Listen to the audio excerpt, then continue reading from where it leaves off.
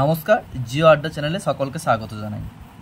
আজকে দশম শ্রেণীর ভূগোল বিষয়ের আমরা রায়মার্টিনের প্রশ্নবিচিত্রা নিয়ে আলোচনা করব দ্বিতীয় পর্যায়ক্রমিক মূল্যায়নের জন্য।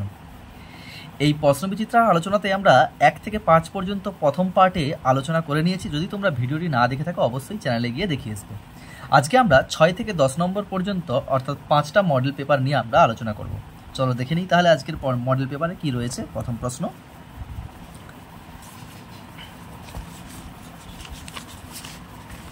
দেখো এখানে তোমাদের 6 নং মডেল পেপারের প্রথম কোশ্চেন কি রয়েছে। 6 নং মডেল পেপারের প্রথম প্রশ্ন রয়েছে, বায়ুর চাপ মাপার যন্ত্রের নাম কি? বায়ুর চাপ মাপা হয় ব্যারোমিটার যন্ত্রের সাহায্যে। দ্বিতীয় কোশ্চেন কি না, ঋতু পরিবর্তন দেখা যায় কোথায়? ঋতু পরিবর্তন দেখা যায় না নিরক্ষীয় জলবায়ুতে। ফ্রান্সের রোন উপত্যকায় কোন বায়ু প্রবাহিত হয়? স্থানীয় বায়ু প্রবাহিত হয় তার নাম কি না মিস্টার। এরপরে রয়েছে, চাঁদ, সূর্য এবং পৃথিবী যখন একই সরল রেখায় অবস্থান করে তখন তাকে বলা হয় সিজিপি। এল নিনোর প্রভাব দেখা যায় প্রশান্ত মহাসাগরে। ভারতের বৃহত্তম কফি উৎপাদক অঞ্চল কোদাগু। ভারতের বৃহত্তম সমুদ্র বন্দর হলো মুম্বাই বন্দর। এটা গোলাপি শহর, এটা হয়ে যাবে জয়পুর।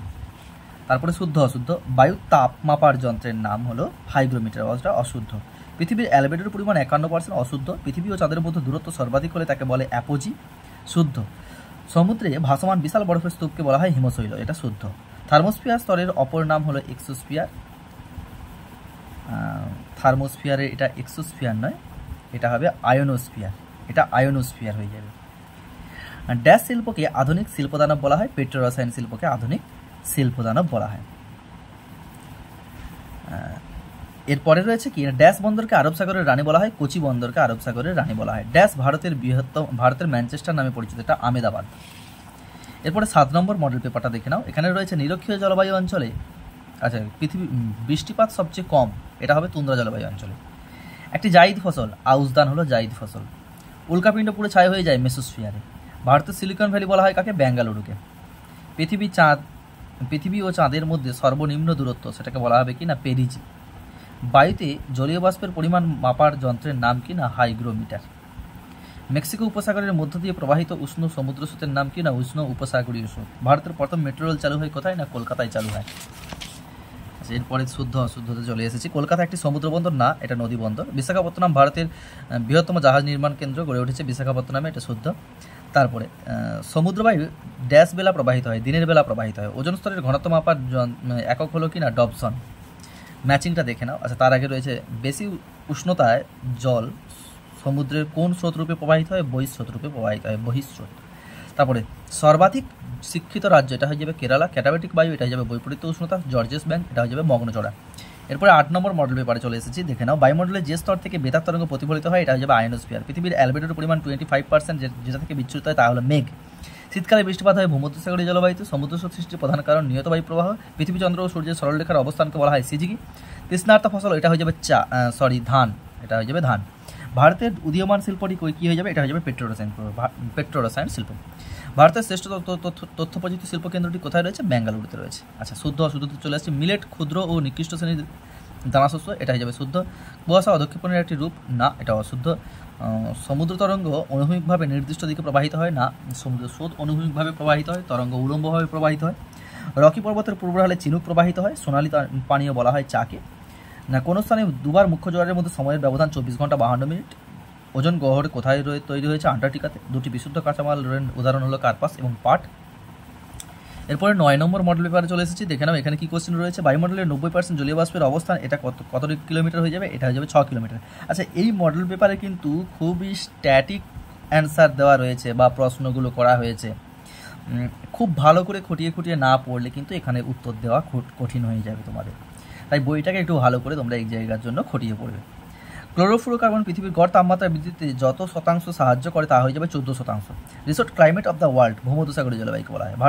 ভারত মহাসাগরের একটি শীতল সমুদ্র স্রোত পশ্চিম অস্ট্রেলিয়া স্রোত। অ্যাপোজি জোয়ারের সময় জোয়ারের প্রাবল্য প্রায় যত শতাংশ কম হয় তা হলো কি না 20%। রাগি উৎপাদনে ভারতের প্রথম স্থানাধিকারী রাজ্যটি হয়ে যাবে কর্ণাটক। 2011 সালে জনগণনা অনুসারে ভারতের সাক্ষরতার হার কত? 74.04%। নাম্বামট্র কোথায় রয়েছে? বেঙ্গালুরুতে রয়েছে। শুদ্ধ অশুদ্ধতে চলে আসি।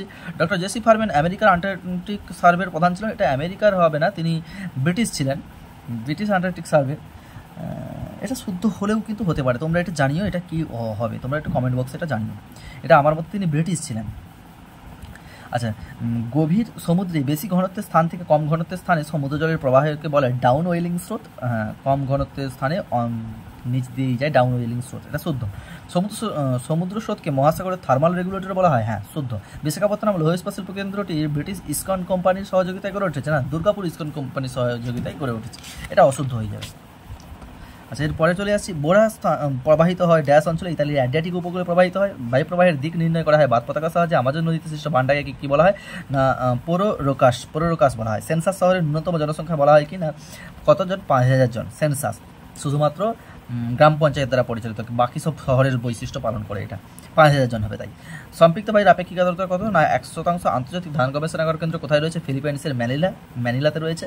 ভারতের সবচেয়ে জনবহুল রাজ্যের নাম কি না উত্তরপ্রদেশ। আচ্ছা, এরপর 10 নম্বর মডেল পেপার।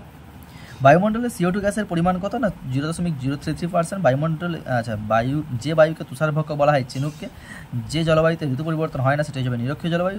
উষ্ণ শীতল লাব্রাডর স্রোত এবং উষ্ণ উপসাগরীয় স্রোত মিলের অঞ্চলে কুয়াশা এবং ঝঞ্ঝাঝড় সৃষ্টি হয়ে যে উপকূল অঞ্চলে সেটা হিসেবে নিউফাউন্ডল্যান্ড উপকূলে। কোন সময় নদীতে বানটাকা দেখতে পাওয়া যায়? ভরা কোটালের সময়। সামুদ্রিক লবণাক্ত বাতাস যে চাষের পক্ষে খুব ভালো সেটা হয়ে যাবে ইক্কু। হেক্টর প্রতি চায়ের উৎপাদন সর্বাধিক যে রাজ্যে তা হয়ে যাবে কোথায়? না কর্ণাটকে।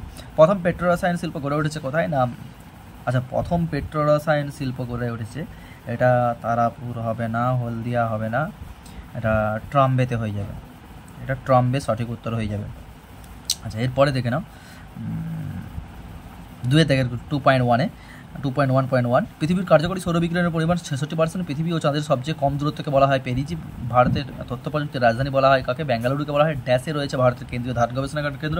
উড়িষ্যার কটকে রয়েছে কেন্দ্রীয় ধান গবেষণাগার কেন্দ্র। অ্যানোমিটার কী কাজে ব্যবহৃত হয়? বায়ুর গতিবেগ মাপতে সহযোগিতা করে। নাতিশীতোষ্ণ মণ্ডলের অক্ষাংশগত অবস্থান কত? 30 ডিগ্রি থেকে 60 ডিগ্রি উত্তর এবং দক্ষিণ। প্রশান্ত মহাসাগরের একটি শীতল সমুদ্র স্রোতের নাম কি না পেরুস স্রোত। ভারতের বৃহত্তম শঙ্কর ইস্পাত কেন্দ্রটি কোথায় গড়ে উঠেছে? এটা হয়ে যাবে কি না দুর্গাপুরে। তাহলে দ্বিতীয় পার্টে আমরা এই পর্যন্তই, আমাদের আলোচনা এই পর্যন্তই। তোমরা বাকি পার্টগুলো দেখার জন্য অবশ্যই চ্যানেলটিকে সাবস্ক্রাইব করে রাখবে এবং এই ভিডিওতে অবশ্যই লাইক করবে। ধন্যবাদ।